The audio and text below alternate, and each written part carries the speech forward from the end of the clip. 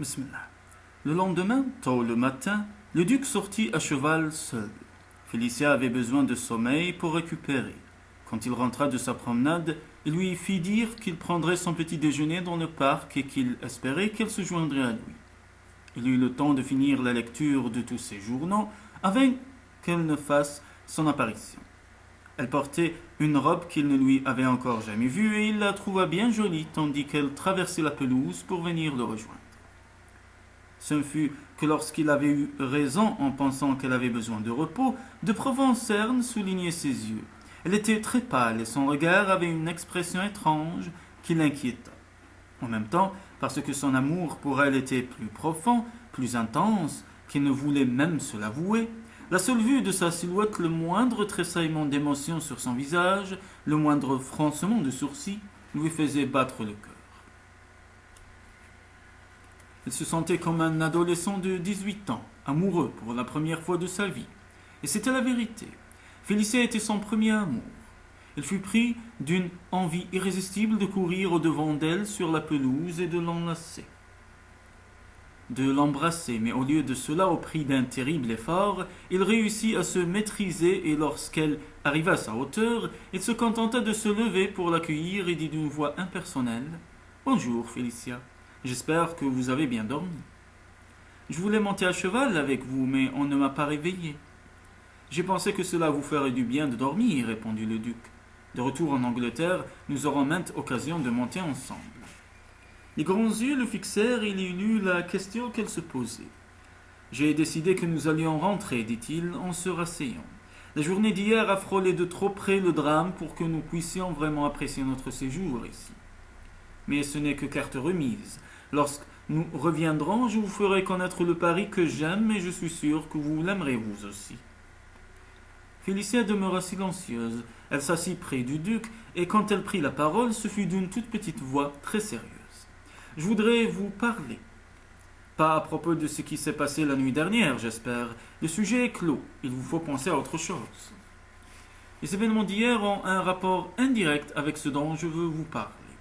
Je suis prêt, Félicia, à écouter tout ce que vous aurez à me dire, mais je tiens à vous préciser que l'attitude d'Arlène est tout à fait inhabituelle.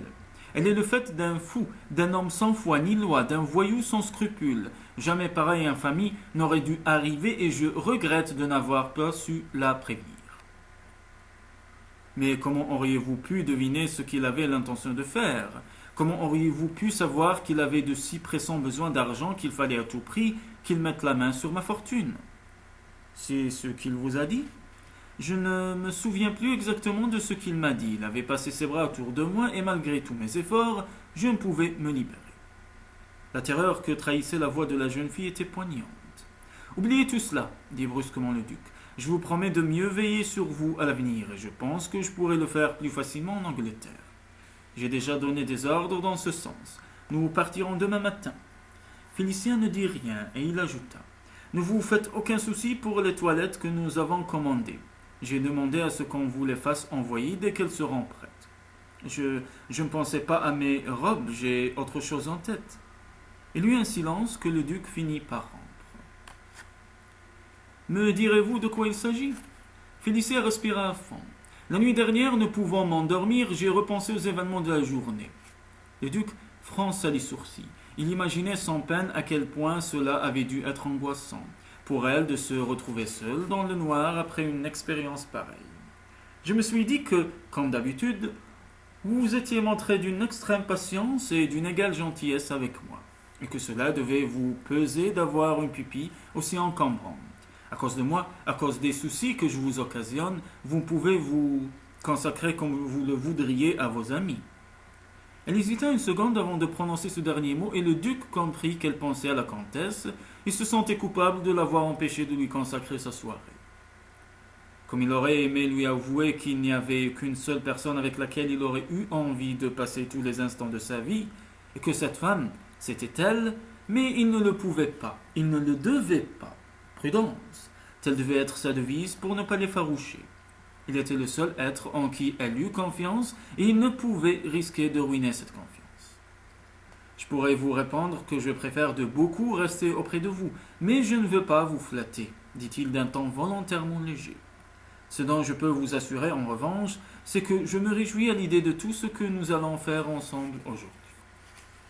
Félicia eut un geste des mains qu'il ne comprit pas. Voyant qu'elle souhaitait ajouter quelque chose, il attendit qu'elle s'exprime. Vous êtes très bon, mais j'ai décidé enfin, je crois que j'avais raison quand je songeais à entrer au couvent. Le duc se raidit, mais avant qu'il n'ait pu prendre la parole, Félicia se hâta de poursuivre, comme si elle voulait prévenir les arguments qu'il allait lui opposer. Je sais qu'il en existe un situé au centre de Paris, tenu par des religieuses du même ordre que celle de Sainte Thérèse. J'ai rencontré la mère supérieure et je suis sûr qu'elle accepterait que j'entre chez elle comme novice. Pour la première fois depuis qu'elle avait commencé à parler, Félicia osait lever les yeux sur son tuteur. Dans son regard, il vit qu'elle craignait de l'avoir irritée. Il prit le temps de réfléchir à la meilleure façon de lui répondre. En aucun cas, il ne fallait la braquer et risquer de la renfoncer dans sa décision de fuir le monde. Le silence s'éternisa et Félicia commença à s'inquiéter. Il s'en avisa à la façon dont elle croisait et décroisait nerveusement les doigts. Comme vous le savez sûrement, Félicia, pour entrer au couvent, vous avez besoin de mon autorisation. Au titre de tuteur, j'ai certaines responsabilités envers vous. Si bien sûr ce projet représente votre vœu le plus cher, je ne m'y opposerai pas. Elle laissa échapper un profond soupir. Et le duc ne sut s'il devait l'attribuer au soulagement de voir qu'il n'essayait pas de la dissuader ou au contraire à une sorte de fatalisme inéluctable. Mais, continua le duc, mon premier devoir est de m'assurer du parfait épanouissement de votre personnalité, de votre bonheur. Au couvent, expliqua Félicia, je me sentirai à l'abri, je n'aurai plus peur et vous n'auriez plus à vous faire de soucis pour moi, je ne vous ennuierai plus. Vous ne m'ennuyez pas, répondit tranquillement le duc. Félicia, pour être honnête, je vous dirais que cela m'a fait plutôt plaisir de me battre pour vous hier soir.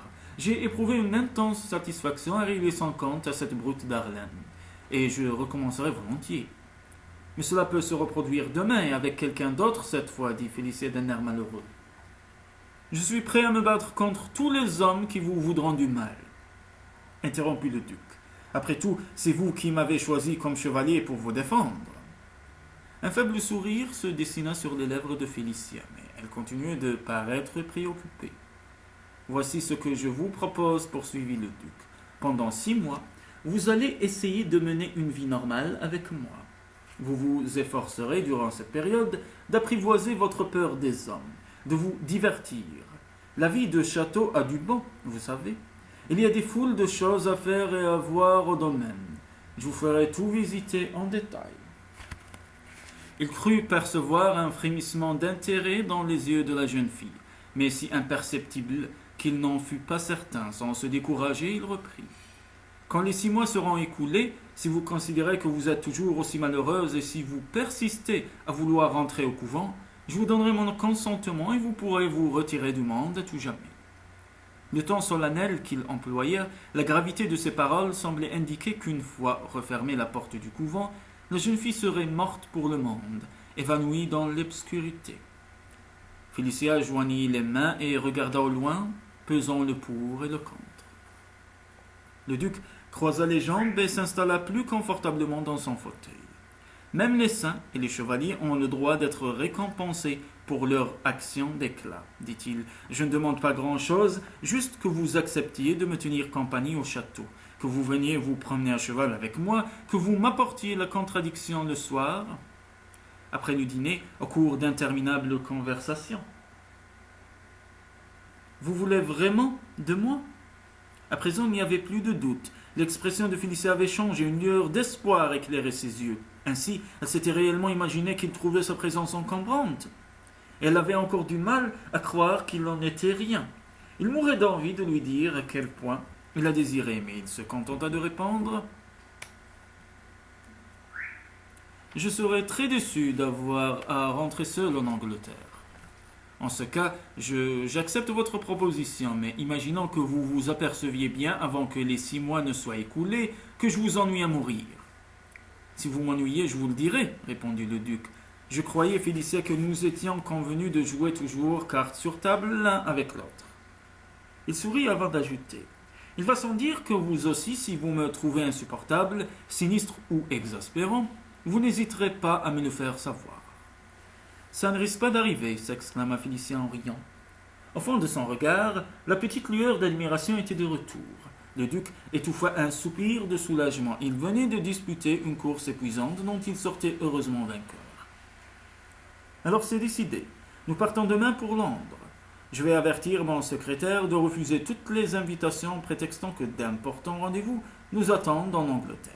Et pour aujourd'hui, ajouta-t-il, quels sont nos plans ? Que voulez-vous faire ? Demanda Félicia. S'il avait pu s'exprimer en toute franchise, il aurait répondu qu'il aimerait l'emmener chez le plus grand joaillier de la ville pour lui acheter une bague de fiançailles. Au lieu de quoi, parce qu'il savait que cela lui ferait plaisir, il proposa. Et si nous allions nous promener dans le cabriolet que j'envisage d'acquérir ? Vous me direz ce que vous en pensez. Merveille. Mon fournisseur l'a conduit ici ce matin pour que je l'essaie, expliqua le duc. Allez vite mettre votre capeline. Pendant ce temps, je fais atteler, nous irons au bois. Félicien se leva avec vivacité, adressa au duc un sourire radieux et traversa la pelouse en courant. En la regardant s'éloigner, il songeait qu'il n'avait jamais vu une femme se mouvoir avec autant de grâce et de légèreté. Il était émerveillé et en même temps, il avait le terrible sentiment qu'elle s'échappait, qu'elle le fuyait. Comment réussir à me faire aimer d'elle, se demanda-t-il. Pour la première fois de sa vie, il avait peur de perdre la partie. Oh, bien sûr, il se savait capable d'inspirer l'amour. Ses nombreuses conquêtes le lui avaient prouvé maintes fois. Il avait pour lui l'expérience, le charme, la fortune, mais Félicia était différente des autres femmes. Tout d'abord, elle avait peur des hommes, et ses aspirations, son idéal, ne ressemblaient aucunement à ceux de ses belles amies. Il ne s'était jamais remis en question, mais à l'improviste, face à Félicia, il se demandait s'il avait quelque chance de lui plaire. Il avait l'impression, en ce qui la concernait, que son passé de Don Juan constituait plutôt un obstacle qu'un avantage. Il devinait que pour la conquérir, son expérience amoureuse ne suffirait pas, qu'il lui faudrait s'engager davantage, changer radicalement de tactique, accepter de découvrir son cœur, de le laisser parler. Les apparences, titres, richesses, renommées n'avaient que peu de poids aux yeux de Félicia. Plus profonde que les femmes qu'il avait connues jusque-là, la jeune fille s'attachait à la vraie valeur intrinsèque de l'individu, à son authenticité, à ses qualités personnelles. Pour elle, il était le preux chevalier, le saint pourfendeur de dragons. Elle l'avait idéalisé, il se rendait compte que s'il voulait conserver son estime, il lui fallait se montrer digne, sa vie durant, de l'image qu'elle s'était forgée de lui. La tâche était surhumaine, et pourtant, il sentait que si elle l'aimait comme il l'aimait, il ne pourrait la décevoir qu'il saurait répondre à son attente.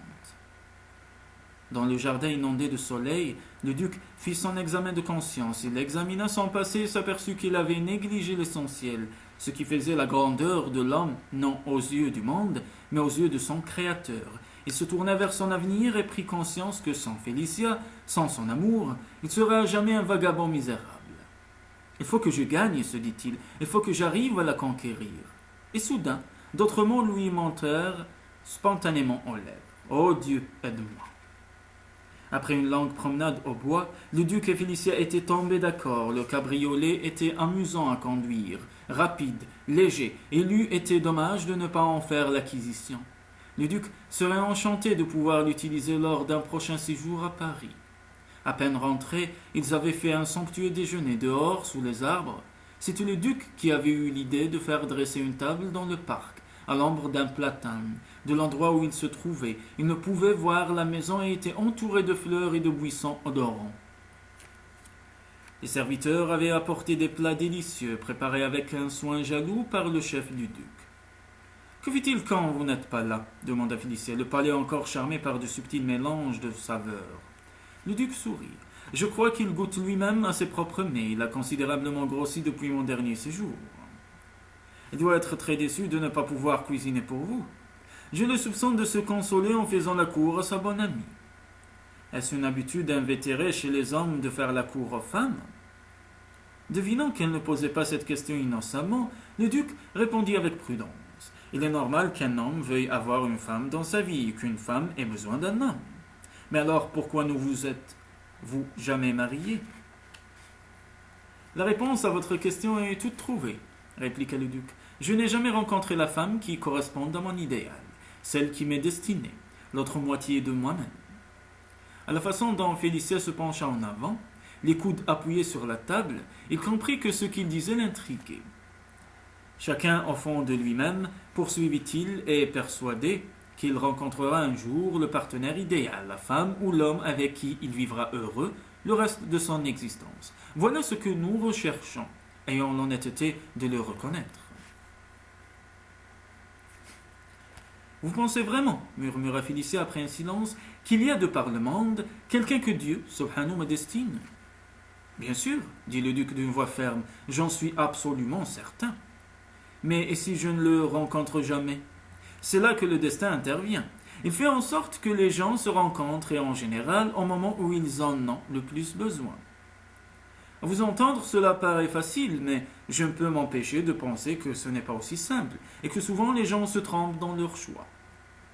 Je crois que cela arrive quand on est trop pressé, répondit le duc. La vie a un rythme, à elle, qui ne coïncide pas forcément avec le nôtre. Elle nous pousse dans la bonne direction, si nous acceptons de lui donner sa chance. Les décisions hâtives, tout comme les actions prématurées, sont des erreurs. Félicien lui adressa un coup d'œil de côté, et il vit se creuser ses fossettes. « Est-ce une pierre dans mon jardin » demanda-t-elle. « Peut-être, admit-il, mais vous vous apercevrez plus tard qu'il y a beaucoup de vrai dans ce que je dis. » « J'aimerais vous croire, dit Félicia, mais que se passera-t-il si je rencontre l'homme de ma vie et que je m'enfuis à toutes jambes terrorisé ? Je suis sûr que cela ne se produira pas, dit le duc. Combien voulez-vous parier ? M'encourageriez-vous à jouer ? Si notre mère supérieure vous entendait, elle serait horrifiée. Si vous ne pariez pas sur mes chevaux quand je vous emmènerai aux courses, je me sentirais insulté. Mais pour le moment, c'est sur un homme que vous me demandez de parier, ce qui est très différent. Pas tant que ça. D'un côté comme de l'autre, il s'agit de compétition. La seule différence, c'est que dans le cas qui nous occupe, le prix, c'est vous. Il pensa un instant que l'idée allait l'effrayer, mais non. Elle laissa même échapper un petit rire. Et vous me présenterez à lui sur un plateau d'argent. Le duc rit à son tour, puis s'arrêta net, conscient tout à coup du double rôle qu'il jouait dans cette histoire. Celui de candidat à la conquête de sa pupille et celui de tuteur. Quand ils eurent fini de déjeuner, ils restèrent un long moment à parler. Le soleil qui filtrait à travers les feuilles accrochait des reflets dorés dans les cheveux de Félicia. Chaque fois qu'il la regardait, le duc la trouvait plus jolie encore, et il lui paraissait de plus en plus difficile de vivre avec elle sans lui montrer à quel point il l'aimait. Ils parlèrent de ce qu'ils allaient faire quand ils seraient de retour en Angleterre, et il se rendait bien compte qu'assumer son rôle de tuteur sans lui laisser deviner ses sentiments serait purement et simplement héroïque. Pourtant, son amour pour elle était si différent de tout ce qu'il avait éprouvé jusqu'à présent, si désintéressé que seul son bonheur lui importait. Plus le temps passait et plus il était persuadé que le couvent n'était pas fait pour elle et qu'il devait tout tenter pour l'empêcher de s'y enfermer. Pas seulement parce qu'elle est trop belle, se dit-il, mais parce que, comme la mère supérieure l'avait expliqué, elle était beaucoup trop intelligente et sensible pour cette vie austère. Il était convaincu qu'elle avait un rôle à jouer dans le monde et que, en ce qui le concernait, tout au moins, elle ferait une campagne merveilleuse, qui remplirait toute son existence au point qu'il ne regarderait plus aucune autre femme. Elle saurait également l'aider à tenir son rang, le seconderait dans ses fonctions de chef de famille et de dignitaire du royaume. Il faut que je l'aide à guérir de son angoisse, se dit-il, pour la énième fois. Il faut qu'elle reprenne confiance dans la vie, dans les autres, et qu'elle oublie sa peur des hommes. Comme à chaque fois qu'il se faisait cette réflexion, il fut frappé par la difficulté de sa tâche et demanda à Dieu, subhanahu, de lui venir en aide. Il était 3h30 lorsqu'un serviteur tendit au duc un pli cacheté sur un plateau d'argent. Le duc fronça les sourcils, pensant qu'il s'agissait d'un mot de la comtesse ou d'un autre de ses amis. Puis, remarquant les armes imprimées à la cire sur l'enveloppe, il se décida à l'ouvrir. Après en avoir pris connaissance, il dit « Prévenez le messager de Sa Majesté que je me présenterai devant elle dans une demi-heure. » Le serviteur s'inclina et retourna vers la maison. « Qu'y a-t-il » demanda Félicia. « Le roi Louis-Philippe me demande de venir le voir avant de repartir pour l'Angleterre. Je le connais depuis longtemps. Il était duc d'Orléans avant d'être roi. Et vous devez vous rendre au palais séance tenante. Quand un roi vous invite à venir le voir, il serait de la plus grande impolitesse de le faire attendre. Mais ne vous inquiétez pas, je ne serai pas long. Ne puis-je vous accompagner? Non, je ne crois pas que ce soit une bonne idée. Le roi doit vouloir me parler de politique et si vous êtes là, il se sentira obligé de vous faire des compliments. Félicia frissonna. Dans ce cas, je préfère rester ici. Parfait. Pour vous récompenser de votre patience, je me renseignerai sur les spectacles de ballet qui se jouent ce soir. Et s'il y en a un qui puisse vous plaire, j'essaierai d'obtenir des places. Félicia joignit les mains. Vraiment, ce serait possible? Ce le sera. Ils regagnèrent ensemble la maison et après avoir donné des ordres pour que l'on prépare sa voiture, le duc monta se changer. Quand il redescendit, Félicia l'attendait dans le hall. « J'ai écrit à Madame Goutier pour la remercier de sa petite fête, dit-il. Devrais-je lui écrire moi aussi? Je suis sûr qu'elle apprécierait de recevoir un petit mot de votre part. Je vais le faire tout de suite. » Un serviteur s'approchait du duc. Le tilbury de monsieur le duc est avancé. Le duc tendit la main pour prendre le haut de forme que lui présentait son valet, en même temps que ses gants et une canne à pommons d'ivoire. Puis il se retourna vers Félicia et lui sourit. « Je vous promets de ne pas être absent trop longtemps. Quand vous aurez fini de rédiger votre lettre, vous devriez regarder dans la bibliothèque s'il y a certains ouvrages que vous voudriez emmener en Angleterre. Je suis certaine que je vais en trouver quelques-uns. Puis-je en emporter beaucoup? Prenez toute la bibliothèque si vous le voulez. » Félicia rit et le duc pensa qu'elle avait un bien joli rire. Elle l'accompagna jusque sur le seuil de la maison et le regarda monter dans son cabriolet. On lui avait dit un jour que cela portait malheur de suivre quelqu'un des yeux jusqu'à ce qu'il disparaisse. Aussi regagna-t-elle la bibliothèque avant que l'attelage ne franchisse la grille du parc. Les livres la tentaient, mais auparavant, elle devait écrire à Madame Goutier. Elle s'assit derrière le grand bureau et ouvrit le tiroir à la recherche de papier à lettres. En même instant, un serviteur frappa à la porte et s'approcha. Que mademoiselle me pardonne de la déranger, mais il y a là 2 religieuses du couvent de Sainte-Thérèse qui demandent à voir mademoiselle. Des religieuses, s'exclama Félicia. Mais je vais les recevoir tout de suite. Je les fais entrer au salon, mademoiselle. Félicia posa plume et papier et se précipita au salon. Elle se demandait quelles étaient les religieuses qui avaient choisi de venir lui rendre visite. Elle espéra qu'il s'agissait de sœur Marguerite, sa préférée, ou bien de sœur Marie. Toute jeune encore et trop attachée aux choses de ce monde selon la mère supérieure. Elle leur montrerait sa nouvelle robe et leur expliquerait qu'elle partait pour Londres le lendemain. Un laquais lui ouvrit la porte du salon et la referma soigneusement derrière elle après son passage. Les 2 religieuses se tenaient à l'autre bout de la pièce, près d'une des fenêtres. Elle tournait le dos à Félicia. La jeune femme se hâta vers elle en s'écriant « Comme je suis heureuse de vous voir, vous avez bien fait de venir aujourd'hui, car demain vous ne m'aurez pas. » Elle se tut soudain. Les religieuses se retournèrent et lui firent face. Les 2 femmes lui étaient totalement inconnues. Pendant un instant, Félicia les dévisagea, étonnée de ne pas les avoir déjà vus, puis il lui sembla que l'un des visages lui était familier. Elle allait leur faire part de sa surprise quand la plus grande des religieuses s'approcha d'elle. Une fois de plus, elle eut le sentiment d'une vague ressemblance avec quelqu'un qu'elle connaissait. « Pas un mot, ma cousine. » Félicia laissa échapper un petit cri étranglé. Elle venait de reconnaître Denis Arlen, ainsi déguisé en religieuse. Il paraissait encore plus effrayant et impressionnant. « Que faites-vous dans ce costume? Pourquoi êtes-vous ici ?» commença-t-elle. Pour toute réponse, il lui saisit le poignet et le serra très fort.